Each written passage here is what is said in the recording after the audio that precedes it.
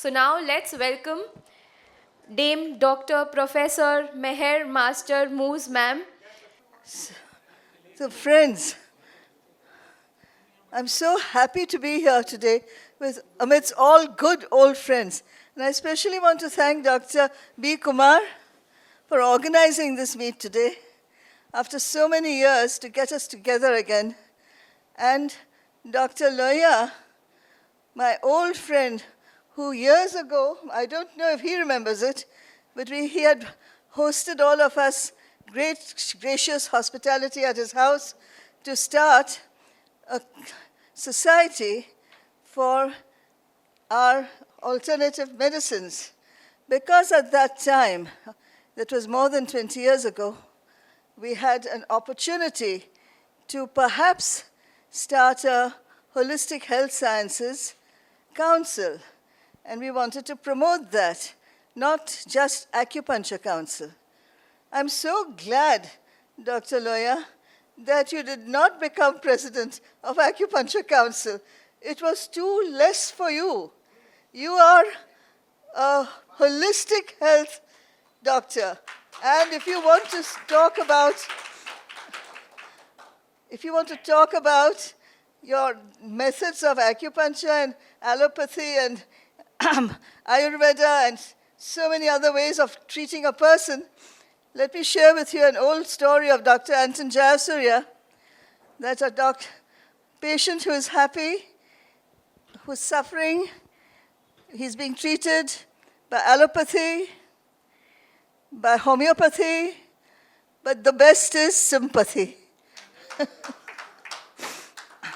And you're that. You personify sympathy, the real root cause of the problem. And until you get to diagnostics and correct diagnosis, you can never really get to grips with how to get that patient feel well. Because what does the patient want? Patient isn't interested in allopathy or homeopathy or even sympathy. Patient only wants one thing: let me get better. So what are all these methods all about? Ultimately, it is the divinity above who cures us.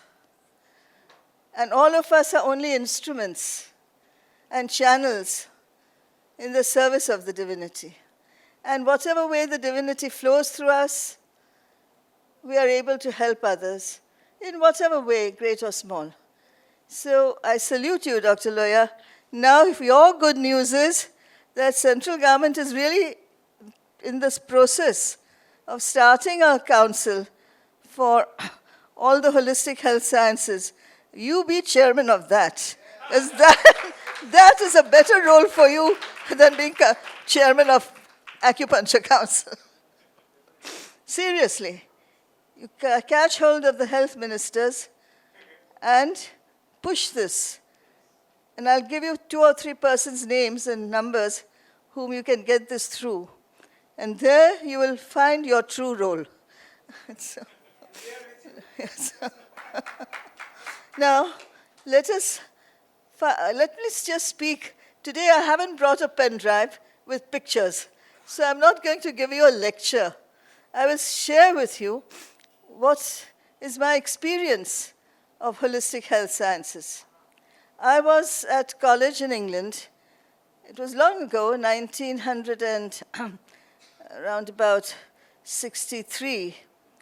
And in England, in winter, it's very cold and there's snow on the ground. And we students had to ride bicycles to our lectures. And it so happened, in the middle of Oxford, in the ice and snow, a car ran into me, and I fell from my bike. And I was covered with snow and ice, and my clothes got wet. And then I had to sit in this big, cold stone hall where the lecture was going on. As far as I remember, it was a lecture on Roman law. In those days, Roman law was compulsory, so we all had to learn Latin. And afterwards, I was feeling very cold and shivery. My clothes were wet. And the following day, I caught a cold. And it got bad. It was getting worse day by day. So I went to the college doctor. And she prescribed some medicines, which I took dutifully. But this cold didn't get better. So, seeing that I was what they called a foreign student in those days, she wrote a prescription and a recommendation letter for me to go and see a Harley Street specialist. And that gentleman examined me very thoroughly. In those days, penicillin had just been discovered. It was just starting to be used. So the doctor prescribed penicillin injections in those days and wrote some other tablets and medicines and sent me back to college. But it didn't help. So she sent me to the National Health Service doctor in Oxford itself. Now, at that point of time, the National Health Service doctors were actually making use of our students as guinea pigs for testing different kinds of drugs that were under preparation. And one of them was barbiturates in those days. So this doctor prescribed barbiturates. And dutifully, it so happened it was a Friday. I took this barbiturate, one tablet, in the evening with hot milk, and I fell asleep. I did not wake up to consciousness. Whole night, the whole of Saturday, all the students had gone away for the weekend. I was all alone in my room. Even the staff don't come to clean the rooms on Saturday. Second night also, I was unconscious. Whole of Sunday, I was unconscious. Nobody came even to knock on my door to find out why this person is not seen around. And Sunday late night, I woke up. And I knocked on the door of the girl next door in the next room. She was shocked to see my condition. Poor girl, she made some hot milk for me and tried to make me feel comfortable. And next morning, took me to see the college doctor again, who was equally shocked that the National Health Service was using one of our college girls as a guinea pig for testing barbiturates. Now what to do? The term was still not over. I couldn't go home, which was in those days East Africa. So I had to wait for the whole month, and my health condition was getting worse and worse. None of this allopathic medicine was having any effect in treating and curing a simple common cold, which I'd caught by falling off my bike and getting wet in the snow. After 1 month, in that 1 month, it was simple torture. My brain was curdling with lack of sleep. And you can imagine the kind of pain a person suffers if you have no sleep night after night and day after day. It was so painful. I felt as if my brain was being split in two.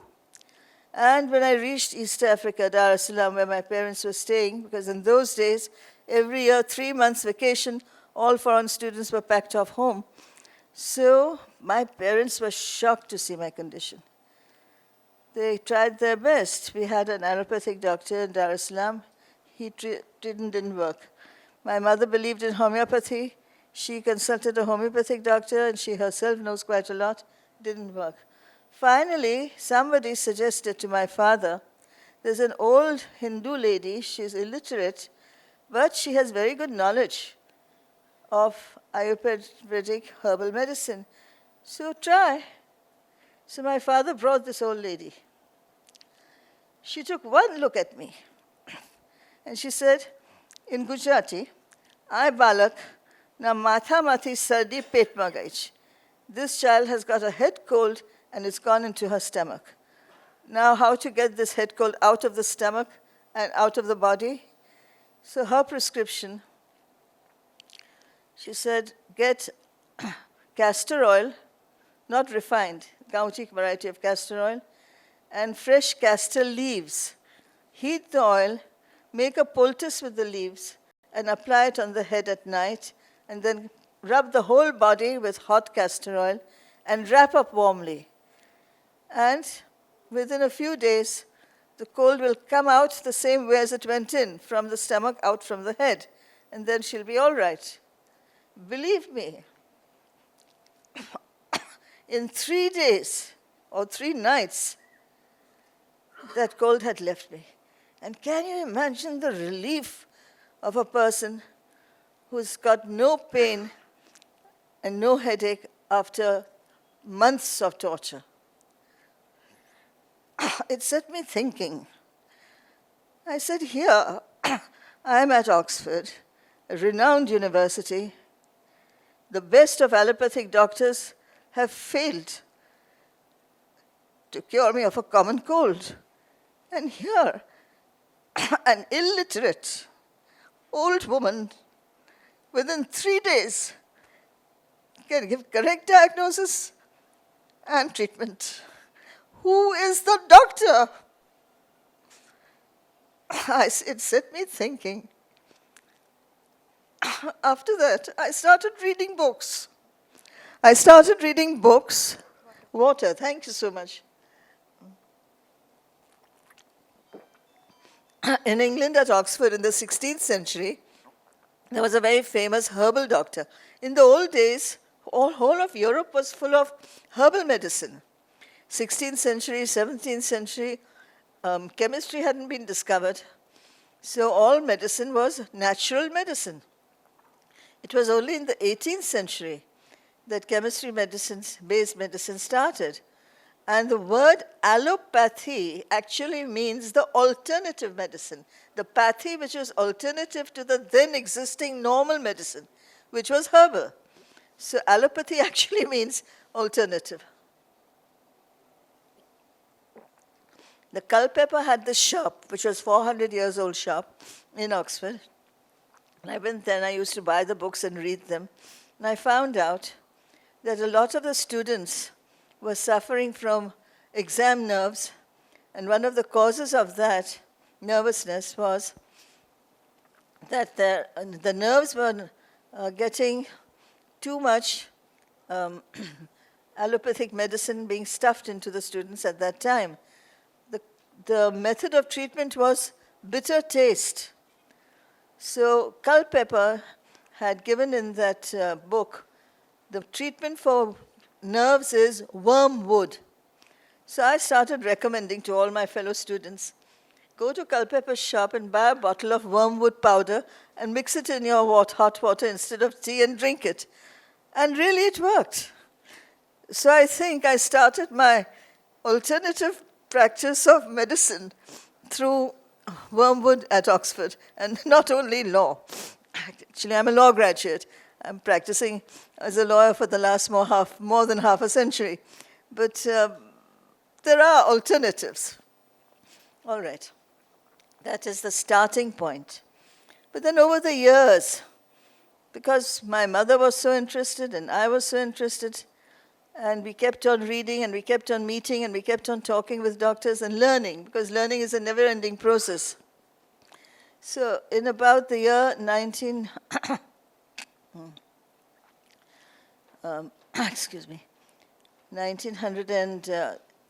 in the 1980s, when I was in Bombay, my mother had a very great and old doctor friend, late Dr. Dara Hakim. He was a most renowned doctor because his ancestry was 17 to 18 generations of Hakims. And Hakimri is a very ancient science. So he combined Hakimri with modern medical practice. He was the first person in the whole of Indian, to graduate in microbiology, go to England, study microbiology, came back here, and then he became an MBBS doctor also. And he practiced Hakimri and MBBS allopathic medicine as a combination. Then he came in contact in the 1930s with late great Dr. Dinsha Ghadiali, the founder of spectrochrometry science, the science of the light colors of vibrationary frequencies of light. And he was a lucky person who managed to get one of the 3 surviving spectrochrome original machines that had been brought to India in the 1930s. And I'm also lucky because I have one, the only surviving spectrochrome machine in India is with us here in Sanjan at our college. So this Dr. Dara Hakim taught me spectrochrometry. And it is a marvelous science. You can cure all kinds of diseases through vibrationary frequencies of colors of light. Because remember, friends, the whole universe is made from what? Vibrations. The vibrations of sound create light colors. And the vibrations of light colors spread throughout the whole of the solar system to all the planets and all the evolving souls. The souls of the mineral kingdom, the souls of the plants, the souls of the amoebae, and the souls of the insects, and the fish, and the birds, and the animals, four-legged animals, including us, two-legged animals. All the souls are working and evolving through frequencies of light colors. So if your light color frequency has gone awry, then you need to have the treatment through light color vibrations. But that depends on the patient and what is the cause of the disease and what is the correct diagnosis. I salute you, Dr. Loya, because you are quite right in saying without correct diagnosis, you cannot treat because you can't get to the grip of the root cause of the problem. Then came our great friend, Dr. Anton Jayasuriya. He, in turn, promoted acupuncture. Now, I'll share a true story about Dr. Anton Jayasuriya. This is one of his most favorite anecdotes, but it is a true story. He was born in Sri Lanka in a village, and his father was a village doctor. And the father decided one day that after years and years of work, he would take a short holiday. So he left his son in charge of his medical practice. And after a week, he suddenly came back, after a week or so. And he said to his son, "What have you done to all my patients in this 1 week?" So he said, the son, that is Anton, said very proudly, "Oh, I treated that patient. And you couldn't treat that patient for 30 years. And in less than 1 week, I cured that patient with acupuncture." Then his father said, "Well, what happened to that patient?" And he said, yes, I'm very pleased, I'm very proud. With combination of acupuncture and allopathy, I cured that patient. So his father said, "And what about that old lady in the village whom I've been treating for 35 years? Oh," he said, "that old lady, within 3 days I cured her." So his father said, "My God, my son," he said, "if you cure all my patients, then how would I have earned to give you a medical education?" What he was trying to say was that all this expense of allopathic medical education doesn't lead to the result of being able to treat a patient and cure. And then he had another very famous story, Jayasuriya. He would say to the patients, "Now, you're not well, you've come to me, I'm a doctor. So don't feel shy, take off your clothes, let me examine you properly, and I will write the correct prescription for you. But you have to pay me because I'm a doctor." Then he said, "You take this prescription to the compounder, and he will compound the medicine, and he will give you the proper medicine, and you take it home. But you pay the compounder because he must live, and you have to pay him for him to live. But on your way home, you take that medicine bottle and pour it down the nearest drain pipe because you too must live." So Dr. Anton had a marvelous way of teaching. And the way he taught us all over so many years, Dr. Loya and I were great devotees and followers, I would say, of learning from Dr. Anton Jayasuriya. Every year we would go together to this World Congresses of Medicinal Alternativa. And thank God that Anton put me in charge along with him for carrying on the work here in India, so I could still continue up to now.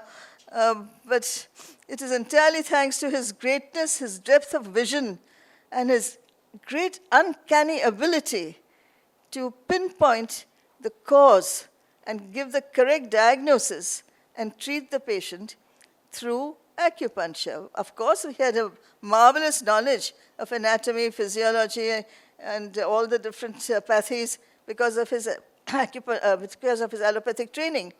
But the fact was that towards the end of his years, he wrote these huge volumes, Clinical Acupuncture and Clinical Homeopathy.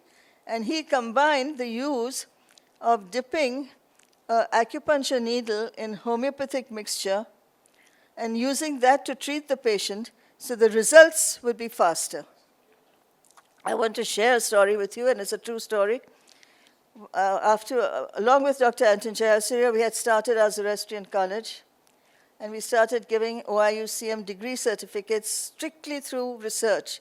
I said to him, I'm not going to get involved with your MD certificates. You keep that to yourself and don't allow those MD certificates to enter India because you'll be in trouble and so will the people. I said, let me do it my way. I'm a lawyer. I know what is safe and what is right and legal. You let me encourage them to do research. Nobody can stop anybody from doing research. So we started that way. And we had, in the early days, in the 1990s, we had a doctor from Ahmednagar, Maharashtra, and he was basically doing Ayurvedic medicine. And he also learned acupuncture. So he found out, at that time in the 1990s, there was a lot of a wave of, HIV at that time, and malaria. These two things were prime targets for World Health Organization. So he found a small plant growing wild profusely in the fields around Ahmednagar. He extracted the juice of that plant, dipped his acupuncture needles in that juice, and started treating his patients in that way, combination. Not homeopathy and acupuncture, but Ayurvedic herbal juice and acupuncture. And he cured his patients. Okay? Now, it's very difficult. Treatment is one thing, but cure is quite a different thing. So we sent his research thesis, PhD research thesis, to World Health Organization, and they accepted it. And they called him several times to Delhi to teach the other people how to treat people using this combination. We had another similar person in Orissa, Dr. Ratnaka Pradhan. He was a veterinary doctor in the service of the Orissa government in the 1990s again. And he found out, because he was treating buffaloes and cattle, there's a horrible disease called bovine thilleriosis. And if cattle get that disease, the meat of that cattle is unfit for consumption. Result is that states like Texas in USA and Brazil in South America, the main source of income of those people, because they're not vegetarian people like us, they're meat eaters, so they breed the cattle in order to kill them and sell them for beef, for consumption, and the hides and skins for tanning. But if that cattle have got bovine thilleriosis, then it's very dangerous because you cannot eat the flesh of that animal. You have to destroy that animal. So entire ranches were getting broke. They were going broke because the cattle had to be destroyed. Now this doctor found out, he was observing that the water buffaloes were nibbling and eating a particular water plant which was growing wild in Orissa, in the rivers. So he started taking interest in that plant. He did research on it. He started feeding that plant to the animals who were sick and having this disease of bovine thilleriosis. And he found out that the method of treatment is this plant. It saved the lives of the animals, and therefore it also saved the economy of these states that were depending on cattle. I sent his thesis to FAO, to Rome. At that time, Mr. Homi Talia Khan was our Indian ambassador at the FO. So I said to him, Homi, this work will be of use. You circulate it amongst the countries, because FAO is an equivalent organization to UNO. So some country may find this useful. Brazil took it up. Brazil was being very badly affected at that time with this bovine theileriosis problem. So they sent their team to Orissa, and the Orissa government made an agreement with the Brazil government to export this plant to Brazil. And that way, they saved the lives of the cattle in Brazil. And this man, Ratnaka Pradhan, got a 5 times promotion in his veterinary service. So this is the indirect ways in which our college has been doing global work from the very start. And fortunately for us, since 2004, because our society, the All India Shah Berambach Society for Scientific and Educational Research, is an accredited NGO with the United Nations ECOSOC. So all the research theses that go through our college are recognized in 193 countries of the world, because what is recognized is the work that has gone in, the research work. I said to Anton, your MD certificates have no value. What is value is the research. That will get recognition anywhere. And that's really what has happened. At the end of 35 years of running this college and looking back on the years of hard work that has gone into it, more than 400 to 500 persons have been conferred doctorate degrees for their own merit, for their own work, which is useful to humanity. Original research work which they have found out something unique which nobody else in the world has discovered. For that they are given a doctorate degree, not for copy-pasting things out of the websites and library books and making 101st thesis out of that. That's just not accepted. All right, so now what I'd like to share with you is that holistic health sciences, now I'm coming to the core. What is it all about? As Dr. Loya quite rightly said, the whole human being. Holistic means whole. We are not a finger or a hair or a kneecap. We are a whole human being. So when we are considering the whole, in our ancient Avestan Mazdiasni system, we have the Mazdiasni method of diagnosis and treatment, which I have tried to put into English language and which we are teaching through Zoroastrian College online, so that people all over, anywhere in the world, can take the benefit of this knowledge. It's very ancient knowledge. So what we do is, in this system, the whole human being is divided into 9 parts, 9 levels. The physical level. Now, the physical level consists of 3 parts, which function on solid, liquid, gas, and heat. If these 4 levels of vibrations get into discord, or lack of harmony with each other, then dis-ease occurs. There's no ease between the balance of solid, liquid, gas, and heat. When that happens, then the person says that he's not feeling well. He's got this problem, that problem, whatever. Now, the first layer, the first level is the bony skeleton. The entire body hangs on the bony skeleton. So if you have a problem with the bones, it can be a fracture, a breakage. For that, okay, you consult an orthopedic surgeon, or you get a bone setter to set your bones. It's a different matter.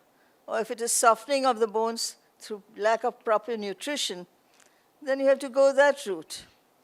So whatever it is, you have to diagnose at the correct level. Then comes the physical body. Solid, liquid, gas, and heat consists of everything between the skin and the bones. Your fingernails, your blood circulation, your heart, your liver, your spleen, all the physical body organs, eyes, nose, throat, everything, everything, everything. That's the physical body. Now, how do you treat the physical body? You have to treat the body as a whole and find out where the imbalance has occurred.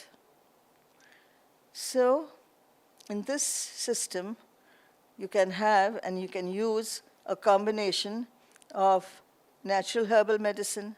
There are so many varieties of herbal medicine from countries like Central Asia. A lot of herbal teas they use for treating people. Or you can have Ecuador and Amazon jungle herbal medicine, or you can have European herbal medicine, or you can have Indian herbal medicine, or any country herbal medicine. What the local people use is herbal medicine. And that is, remember, what grows closest to you is best for you. Don't try and treat a person who's living in Bombay City with some exotic, rare, ultra-expensive medicine from the ice wastes of Antarctica. It doesn't help. So you can have this, then you can have acupuncture, you can have homeopathy, you can have allopathy, you can have anything. This is the whole physical body. Then you have, thank you. Then you have the third level, which is what we call Asda, or the astral body. Dr. Loya, this is specially meant for you and all people who practice acupuncture. Please remember, the astral body contains the channels, what we call the so-called acupuncture channels. What is the purpose of these channels? It is to throw out waste energy. Waste energy from the brain cells which are combusting, waste energy from the stomach, waste energy from anywhere in the whole body. And when there's a blockage in the flow of waste energy through the meridians, that is the point of pain. So you try to relieve that pain by putting a needle or putting in the old days it was a thorn of a tree. Or nowadays you can use this electro system or whatever method in order to get that blockage to move. So what is acupuncture, doctor? Is removing the blockage so that wherever the energy of waste has got blocked, as you rightly said in your example, person that you pricked in the ear threw out bad blood, person you pricked in the foot threw out bad blood because the blood had got blocked there, you see. So how do you get rid of that? Through pressure. You can use needle or you can use digital pressure also.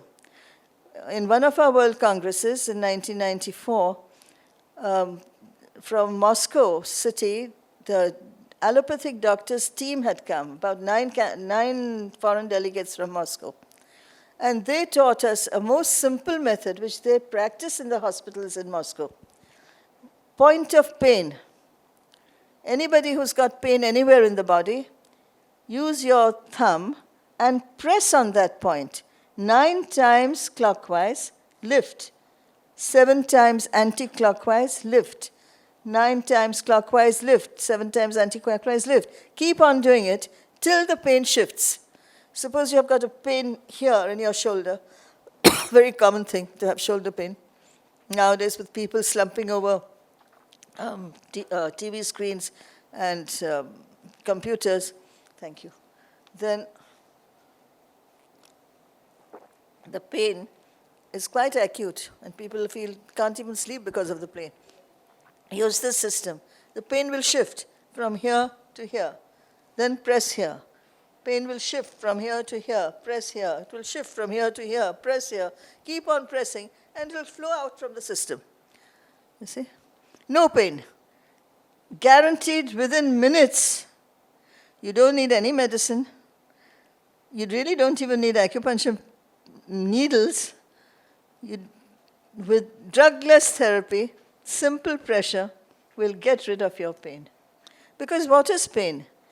It's blockage. If you get rid of the blockage, there's no pain. See? All right. Then that is your third level. The next 3 levels are what we call the in-between levels. That is, they continue to exist after what we call physical body has experienced death. So the 4th level is the human energy field. And in the human energy field, we have all our chakras. In the Upanishads, there's a list given of 81 chakras. In our Avestan system, we use 16 chakras for diagnosis and treatment purposes.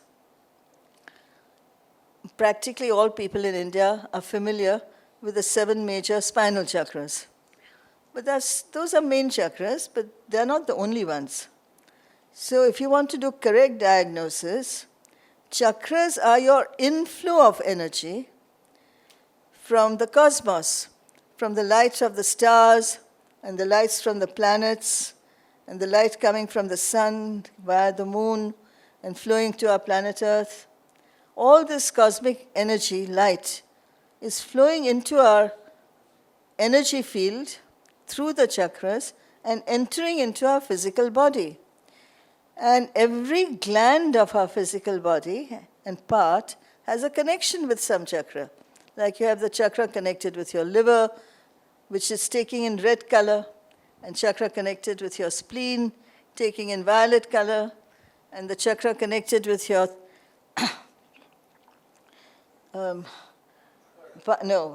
pituitary gland, which is having both the central governing color green. What the doctors in allopathic hospitals are never taught is that in the center of the pituitary gland, there is a fine membrane. And what is the function of that membrane? It regulates the level of color vibrational frequencies flowing in the blood.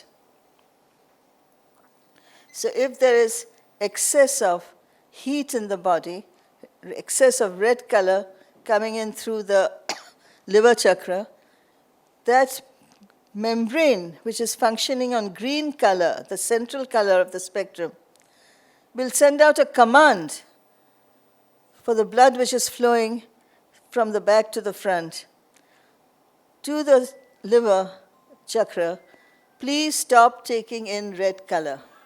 And it will send a command to the spleen chakra, take in more violet, and thereby balance the color frequencies in the body. This is how the pituitary gland functions. But unfortunately, it functions only when the person is living. And doctors who are dissecting the body and teaching students from a corpse will never learn the secrets of the pituitary gland because they're dealing with dead bodies. You see? So this is the whole essence of the 16 chakra system. Then we have the next part. Okay, I'll finish in 5 minutes. We have the emotional being, what you call psychosomatic diseases. Emotions are very important. Emotions are feelings which have a memory track which goes from lifetime to lifetime over the karmic records. Akashic records record not only your thoughts, words, and deeds, but also your emotions. And those records are preserved for eternity. So if you want to go back, as Dr. B. Kumar does very often, in the person's past lives, by doing past lives regression, you'll find out from Akashic records what you have done, say in the time of the Egyptian pharaohs, or in the time of the Genghis Khan of China or wherever, what it is that you have done which has brought you to the present level in the present lifetime. So emotional problems caused by emotions are to be treated in a different way. You see? Then there's the prana, the life force, which is connecting the 3 immortal parts, eternal parts, with these remaining 5 parts. So that's the 6th part. And for prana, there's pranic healing. There's not only pranic healing, there's an entire system of breath control. We have the Caucasian system of yoga, which has 16 levels of asanas. And that technique of breath control can take you physically out of your body. let you travel around the skies and bring you back. But okay, that's the sixth part. All these parts, fourth, fifth, and sixth, continue to exist after the physical body has passed away or disintegrated. They act like the chariot for the soul. The remaining three parts, the seventh part is the soul. The soul has 9 colors of the spectrum. Every single person, you have your own individual color code in your soul. And that vibrationary frequency color code, like your mobile phone has got 9 digits. Same way, I want to dial you, I dial your number, it connects to you because it's your number. Same way, your soul number, supposing the red color of your soul is vibrating on 4, and the orange color is on 9, and the yellow color is on 3, and the green color is on 7, and whatever. That's your individual personal soul color code. When you click a photograph of all the beautiful people sitting in this audience, what does the photograph capture? Color frequency, which is on the skin of your body. The cells of your skin are vibrating on the same color frequency as your soul. So the photograph is simply recording your own frequencies. And if you have some problem at the soul level, then the method of treatment is one of them, color. Another one is music and sound frequencies. A third method is prayers and mantra frequencies. So these are all relating to the soul. Then the eighth part is the mind. Mind has so many properties, the good and the bad, the power of judgment, the power of observation, the power of discrimination, the power of decision-making, and so on and so on and so on. So many, eight powers of the mind. Now the mind goes along with the soul all the time from eternity, and it guides the soul. So what happens? I'll give you a concrete example of a patient and a doctor in USA. This doctor was a dentist, and in the course of his dentistry treatment, he had a lot of patients. He had to do tooth extraction, and they were having a lot of pain in tooth extraction. So he read in some dentistry journal that there was a course available on hypnosis. Dr. Kumar, pay attention to this because it will help you in your practice. Thank you. So he said he would study this course, and he would apply it to his dentistry patients.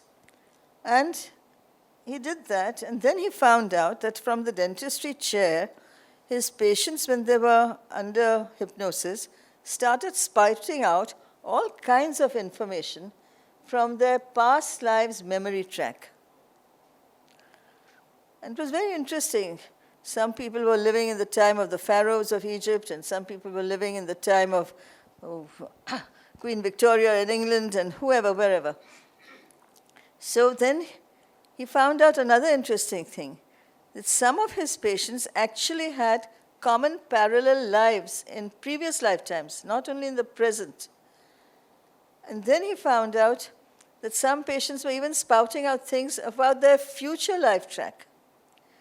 Now, he had one patient who was himself a doctor, and that doctor had a peculiar habit of every few minutes getting up and washing his hands. Now, you can understand from point of view of hygiene. Between two patients, a doctor will wash his hands. But not every few minutes you go to the basin and wash your hands. Now, this man had come originally for dentistry treatment, and he explained his problem. So Dr. Gould, the dentist, said, well, if you like, we'll put you through a session of hypnosis therapy. And what came out was that this doctor, in his previous life, about 2 births back, you have a cycle of 7 lifetimes, okay, and then another 7, and another 7, and it goes on like that. So in this present 7 lifetime cycle, 2 lifetimes back, he had, for his own self, projected himself to 3 lifetimes in advance. And he'd created a situation 3 lifetimes in advance that he would be born in a state in USA, in Denver City, and in that future lifetime in the 22nd century, this book is written in the 20th century, he would be having such and such name, his wife would have such and such name, his 2 children would have this name, that name, and his boss would have some name. And he'd be working in a factory where there was nuclear, something that was nuclear being manufactured. And at one point of time, in that future birth, a situation would arise when he'd have an argument and quarrels with his wife, and he'd have arguments with his boss at office, and the result of all that was, in a fit of depression, he'd press a button, and that whole factory would explode, and thousands of people in that city would die. So from now, he's having a guilty conscience about what he himself has programmed for his own karma 2 lifetimes ahead.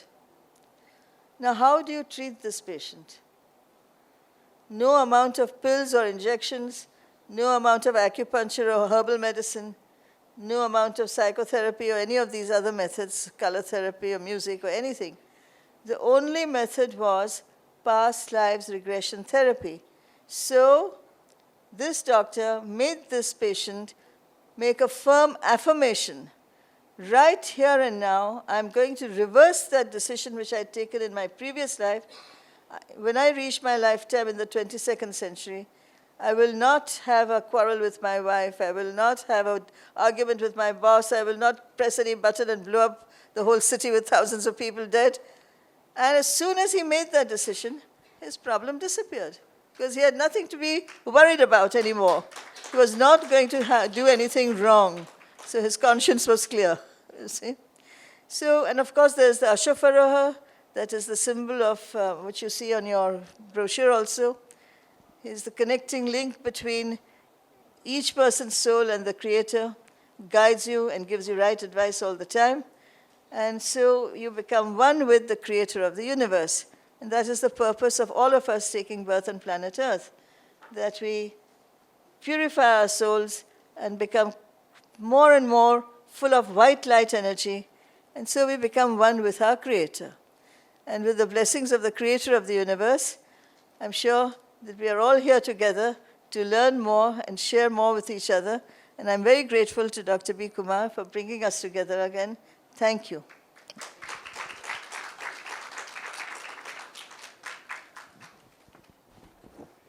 Thank you, ma'am. Thank you so much. B. Kumar ji, please. 1 minute, ma'am. Okay. 1 minute. Just present a moment. Okay, Thank you. yes. You've already given me enough. Thank you. You've given me more than enough. Dr. B. Kumar. So nice.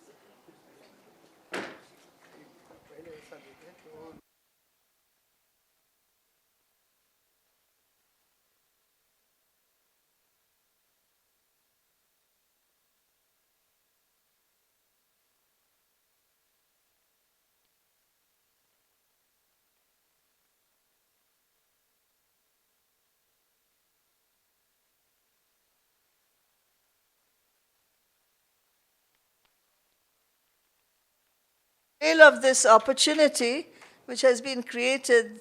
See, Zoroastrian College is an educational platform.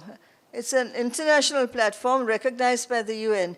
I'm so grateful to Dr. Chandra Krishnamurthy. She's the chairperson of the Board of Studies of our Zoroastrian College, and she's an outstanding educationist, only lady who's vice chancellor of 4 universities of India. So that we should be very proud of her. All Indian women should be proud of her, especially. So thank you for all of you for coming. And if any of you would like to have an avail of this facility, please do contact me. As Dr. B. Kumar said, phone numbers are in the brochure, so you can contact. Thank you. Thank you very much. Thank you very much. Very nice.